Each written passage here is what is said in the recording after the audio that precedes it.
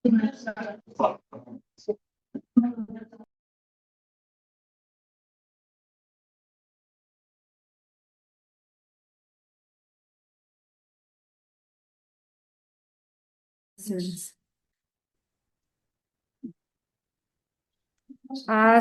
ме, құрметті әріптестер?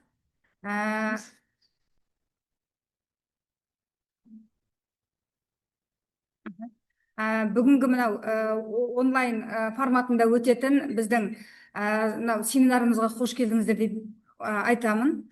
Бұл білесіздер қандай мақсатта ұйымдастырылып отырғаны, себебі аттестация талаптарына ғана, яғни педагогтарды аттестаттау шартының ерекшелігіне байланысты 25 ақпандағы 32 бұйрық бойынша педагог зерттеушілеріміз өздерінің авторлық жұмыстарын міндетті түрде трансляциялау керек болатын, яғни тәжірибе алмасу керек болатын. Сондықтан бүгін бізде 78-ші мамандандырылған лицейдің мұғалімдері, яғни педагог зерттеушілері бірігіп бүгін бірнеше мұғалім өздерінің тәжірибесімен сіздерге бөліседі. Сондықтан әр кісіге регламент 3 минуттан беріледі. Сол кісілерге сөз кезегін береміз. Ол кісілер бүгін ортамызда қатысып отырған бүгін Алатау аудандық білім бөлімінің маманы Нақысбеков Дархан Сатылғанұлы, одан кейін лицей директоры Шадиев Қайратбек Хамзаханұлы.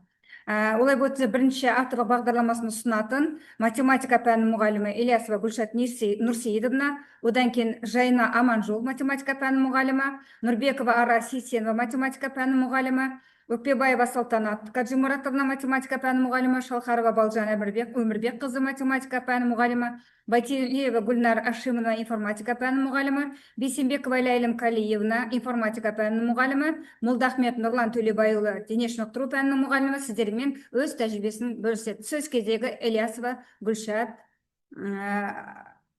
Нұрсейдовнаға беріледі. Келешектермен танысу, шығармашыл ұстазға айналу. Авторлық бағдарлама жазудың қадамдары, нақты мақсатты болуы, өзектілігін айқындау, нысанды толық анықтау, нәтижеге жету. Авторлық бағдарлама жазу үшін келесі сұрақтарға жауап береміз. Яғни авторлық бағдарлама не үшін қажет бізге? Авторлық бағдарлама кімдерге арналады? Тақырыбын қалай таңдаймыз? Мақсаттарын айқындай аламыз ба? Өзектілігін дәлелді түрде келтіре аламыз ба? Нәтижелері қандай болу керек? Бағдарламаны жаза алмаудың себептері. Біріншіден, қобалжудан қорқыныш сезімдіктің болуы, уақыттың жетіспеушілігі, математикалық білімдердің аздығы, авторлық бағдарламаны жазу қиын деген стереотипі, ақпараттық коммуникативтік технологиялардың дұрыс меңгермеуінен, авторлық бағдарлама жазудың талаптарын білмеуі, қазақ тіліндегі сапалы математикалық кітаптардың аздығы болып тұрады. Бізде менің авторлық бағдарламамның сағаты 34 сағаттан сыныбы 9 сыныптарға арналған.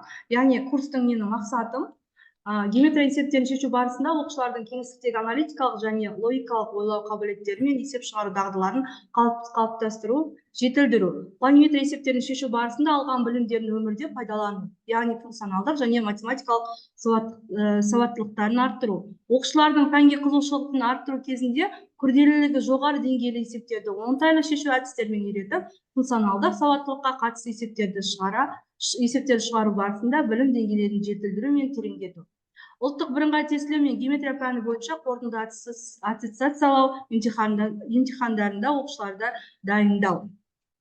Планиметрия есептерін шешу практикумдық курстың міндеті, яғни геометриялық есептерді шешу барысында оқушылардың аналитикалық, логикалық және кеңістіктің ойлау қабілеттерін қалыптастыра отырып дамыту. Графикалық мәдениетті қалыптастыру. Геометрия пәні бойынша білімдерін тереңдету. Стандартты емес есептерді шығара білу. Топта жұмыс істеудің, өзіндік жұмыстың коммуникативтік және жалпы оқу дағдыларын пікірталас жүргізу, жауаптарды дәлелдеу дағдыларын дамыту. Күтілетін нәтиже бізде оқушылардың, кішкене айтып өтейін, оқушылар планиметриялық есептерді әртүрлі тәсілдер арқылы шығара біледі. Есептердің шартына сай сызбаларын сызып, теңдеулер мен теңдеулер жүйелерін құрып, тиімді тәсілдерін және есеп шешімінің алгоритмін таңдай алады. Оқушылардың аналитикалық және логикалық құрылымдық ойлау қабілеттерін дамыту. Оқушылар аралас комбинацияларға қатысты есептерді шығаруды үйренеді. Стандартты емес геометриялық есептерді шығаруды дағдыланады. Түсініктеме хаты бізде Бірінші авторлық бағдарламаның құрылымы бірінші түсініктеме хат болады. Сосын мазмұндық бөлімі, нормативтік бөлімі, авторлық әдістемелік бөлімі, оқытудың ұйымдастыруға арналған нұсқаулар, мұғалім мен оқушыларға арналған әдебиеттер тізімі.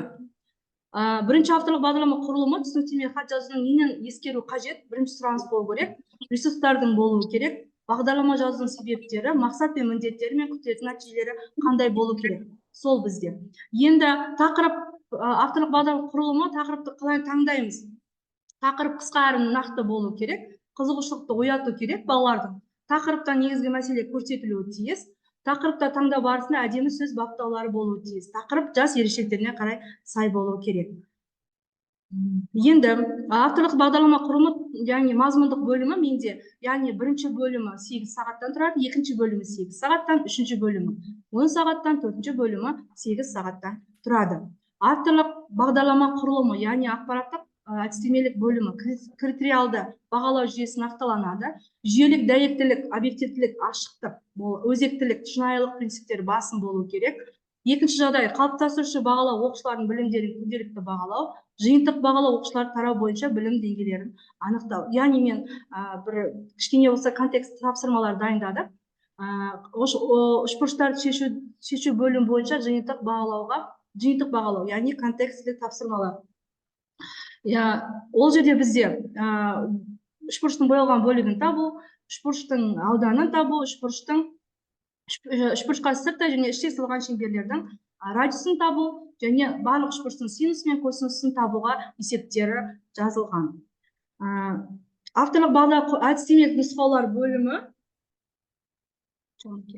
Авторлық бағдарламаны бағалау, яғни бірінші жобалық талаптарға сәйкестігі, материалмен қамтамасыз ету сапасы, бағдарламаның жаңашылдығы мен оқыту әдістері, әдістемелік ұсыныстардың болуы, мазмұнның толықтығы, ынталандыру әлеуеті, материалды таңдау ұстанымдары, дағдылардың негіздері, ресурспен қамтамасыз ету пәнаралық байланыстың болуы. Яғни біздің авторлық бағдарламаның бағалау критерийлері осыған жатады екен. Ал мен тыңдағандарыңызға рахмет. Енді екінші әріптесіме берейін. Саламатсыздар ма? Мені